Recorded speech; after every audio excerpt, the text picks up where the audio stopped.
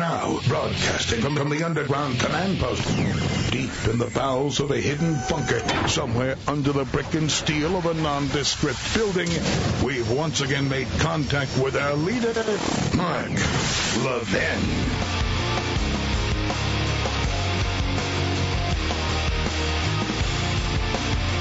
Hello, everybody. Mark Levin. The number 877-381-3811. 877-381-3811. Let me explain. Not that I really need to, but just in case. That last caller, the last hour, comes under this program. Of course, he lies about what he wants to talk about. That's annoying enough. But he wanted to get into the fact that somehow America did something horrifically wrong in Iraq. Now, you know, folks, call my ideas quaint, but I am sick and tired of my country being attacked from within by these left-wing creeps. They talk about skin in the game. These creeps have never had skin in the game. I am tired of the United States military being put upon by this commander-in-chief and by all the little creepy left-wingers in this country. I'm sick of it. Oh, what we did in Iraq. What we did in Iraq was righteous. And young men and young women went over there and did it on orders from their president with the support of their Congress.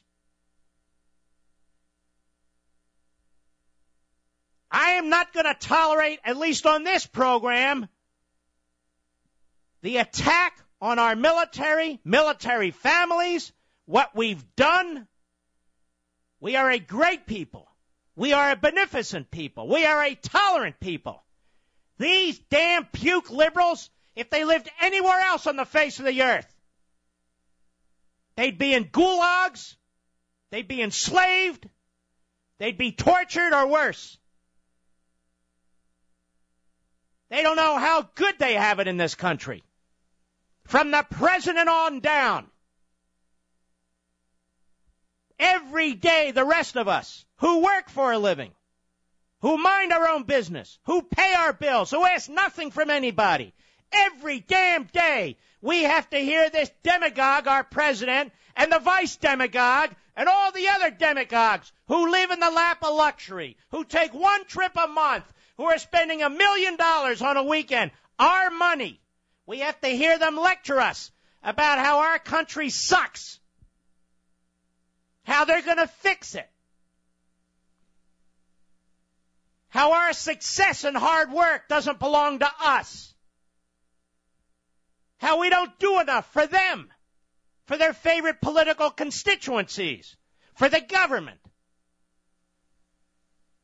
We have to hear this every damn day, day in and day out, as they hollow out our society, as they destroy our economic system, as they undermine our military, as they leave wide open our borders. We have to hear this crap every single day. And by the way, not just from Democrats, Republicans too. We need to get with it, don't you know? We have to accept same-sex marriage, and we should accept it from the Supreme Court. We should reject thousands and thousands of years of history. Well, even the 8 p.m.er on Fox tells us there aren't any good arguments. You don't have to agree with the arguments, but what do you mean there aren't any good arguments?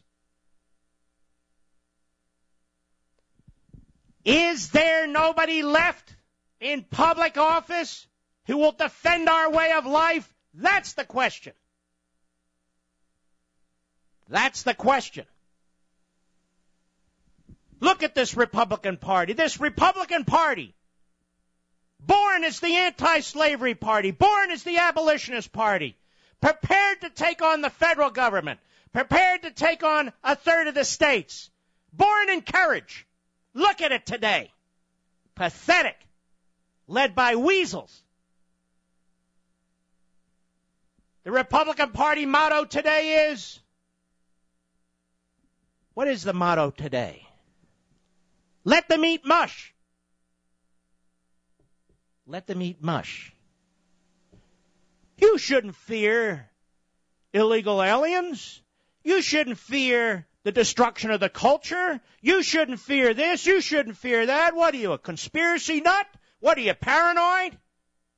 From the Republicans. It's unbelievable. So, no, I'm not going to give time to mental patients on the left, the philosophy of the stupid, to spew poison against our military and our efforts in Iraq. Not on this program. Oh, but don't worry, don't you know, they support the military. Oh, yes. While they're taking their health care away, they support them.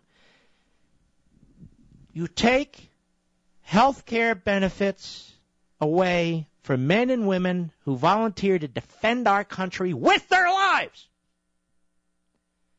and give it to people who haven't earned it, who sit on their asses. That's right, I said it. Claim to be victims and claim to have certain economic rights. That is a right to your labor. And I've had enough of it. Everybody who's poor is not virtuous, although many are. Everybody who's on food stamps is not virtuous, although many are. Everybody who receives a government check is not virtuous, although many are. Let us not pretend that those whom we subsidize are somehow better than those who do the subsidizing. We attack in this country. We attack in this country the entrepreneur, the successful, the wealth creators, the job creators, the opportunity creators. We attack them. We're supposed to loathe them. Why? Because the government wants to control them. That's why. Because they demonstrate what's possible in a free society, even a society that is less free by the minute. They demonstrate what human initiative is capable of. And the Obamas of the world have to crush them because their message is different. But for him himself, Obama, for his party, the party of government, and the government itself, you cannot succeed. And whatever success you accomplish, you've accomplished not on your own, but thanks to government. This, ladies and gentlemen, is the definition of tyranny. Yes, it is. We can't eat unless the government tells us what we're allowed to eat. We can't drive an automobile unless the government designs it and approves it. We can't even purchase our own friggin' light bulb without being told what kind of light bulb we can purchase.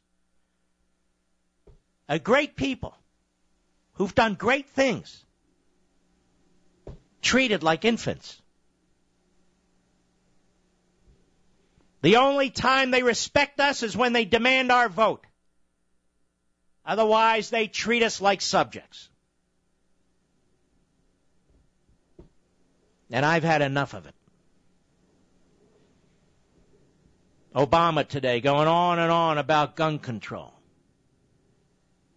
Telling us it's time to move on. We've waited long enough. Who the hell does he think he is? Is he more powerful than the Constitution itself? Is that what we become, ladies and gentlemen?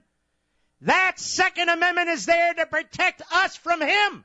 That Second Amendment is there to protect us from Dianne Feinstein. That Second Amendment is there to protect us from the whole damn bunch of these bastards. That's why that Second Amendment is there, and all the rest of them. And they demand that we surrender to them. They demand that we surrender to them. Well, where does it end? Well, it doesn't end if we don't speak up.